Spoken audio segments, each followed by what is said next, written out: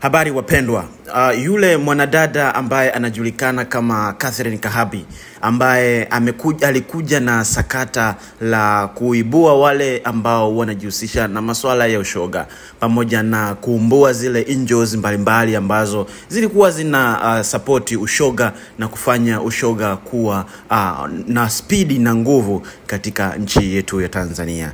Na ni video ambazo kwa kweli ziligonga vichwa vya watu na watu wengi waliweza kujua kila ambacho kinaendelea katika sakata zima la ushoga.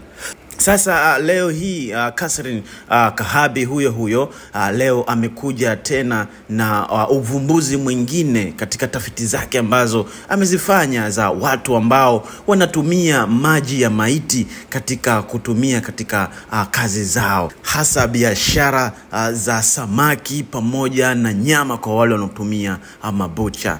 Mimi ni mfikishaji tu, lakini we mwenyewe na kuomba twende ukaangalie namna gani watu walivyokuwa wana roho ngumu sana ambao hawataki kuzingatia afya ya binadamu. Hivi binadamu kweli ambaye unapenda afya ya watu na unamogopa Mungu, unaweza kuchukua maji ya maiti ambayo yameoshiwa maiti na kuweza kuweka katika samaki ama nyama ili zisiharibike na kuoza ili zitumike kwa muda mrefu? Huu ni unyama wa hali ya juu sana, mtazamaji wetu. Basi mimi niende moja kwa moja nikakuonyeshe jinsi hiyo video ambayo Catherine Kahabi ameweza kuitoa. Tusifiwe. Kuna jambo najua litawashtua wengi sana, lakini ndo uhalisia. Nazungumza na wapendwa katika Bwana. Miaka kadhaa tulifanya uchunguzi, tukagundua kuna baadhi ya wavuvi na wafanyabiashara wa baadhi ya mabucha wakishirikiana na baadhi ya manesi na wahudumu wa mochwari wanafanya biashara haramu ya kuuzwa kwa maji ya maiti. Wananunua maji ya maiti yaliyoshwa maiti zile za ajali, labda unakuta nini, yale maji yale wanakingiwa, wanauziwa, wanaweka kwenye samaki, ama hata wavuvi wanaenda kuvua kwenye samaki kule, wakienda baharini ama ziwani wanamwaga, tena sana sana kwa Dar es Salaam baharini, maana ndo tulifanyia uchunguzi kwa upande huu. Wanaweka kwenye samaki unakuta ana uwezo wa kukata miezi 2, mwezi na nusu, miezi 3. Kwa hiyo of course ilileta taharuki. Nataka kuongea kitu kini kabla sijakwambia kwa nini nasema hivi. Hebu angalia kwanza ushahidi huu hapa wa video hii, alafu niendelee na maanisha nini.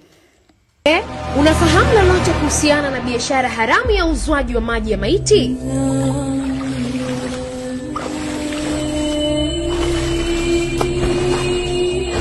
Anajua kabisa mimi ninavyochukua haya maji ya maiti nikaweka kwenye samaki zangu, yani nina uhakika wa kufanya biashara muda wote masaa 24 na kumaliza mapema, yani ushirikina. Hii ni biashara haramu ya uzwaji wa maji ya kuoshia maiti inavyoshamiri kwa siri kubwa, huku ikihusisha baadhi ya wafanyabiashara, baadhi ya wavuvi, baadhi ya wahudumu wa hospitali mbalimbali nchini, sambamba na walinzi wa hospitalini. Kwa nini? Ungetoa maiti yoyote kama hata achukuliwe. Unaosha wote hata kama ni 5, 6. Na mara nyingi wanatumia maji ya maiti, yani kwamba ni wale wanachukua mzigo wa kutaka samaki asiharibike. Na kweli kuitazama samaki hata mwezi anakata, wiki anakaa. Ni maiti nyingi sana zinatoka. Ndio maana nakwambia nipe wiki moja lita 500 unakusanya. Jamani, hata kama sio 500 hata 100, yani inategemea. Mtazamaji, Waswahili wanasema safari moja huanzisha nyingine. Hivi ndivyo Uso kwa Uso inavyoendelea na safari ya kutafuta ukweli uliojificha juu ya njia ya upatikanaji wa maji haya ya maiti. Mimi ni Uso kwa Uso, mzalendo wa kweli. Nimeapa kulitumikia taifa langu na kulilinda kwa kuibua mambo yanayofanyika gizani yenye nia ovu dhidi ya taifa langu.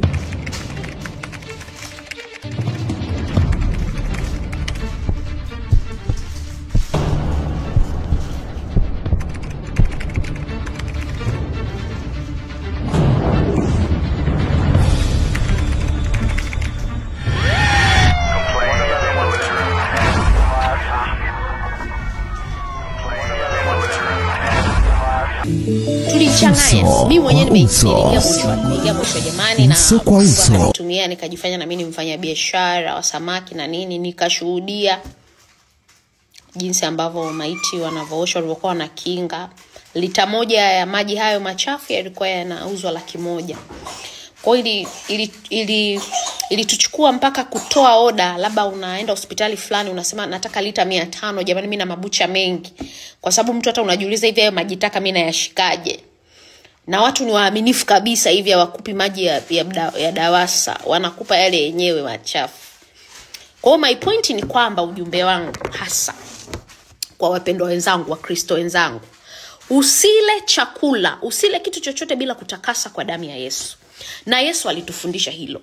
Ukisoma kitabu cha Marko 6 mstari wa 41, Biblia inasema akaitwaa ile mikate 5 na wale samaki 2, akatazama mbinguni, akashukuru, akaimega ile mikate, akawapa wanafunzi wake wawaandalie, na wale samaki 2 akawagawiwa wote, wakala wote wakashiba. Yesu mwenyewe alivyokuwa pale alivyoambiwa awasaidie watu chakula, watu zaidi ya 5,000, akachukua mikate ile 5 na samaki 2. Hakufanya muujiza pale pale kwanza. Aliomba kwa Mungu Baba, akashukuru, akaitakasa. Umeona? Hapo ilikuwa before mauti. Na baada ya mauti Yesu akatufundisha tena alivyoishinda mauti sasa baada ya kupewa mamlaka yote. Kutoka kitabu cha Marko 16 mstari wa 15 mpaka 18, nitasema nimeukariri kwa neema ya Mungu.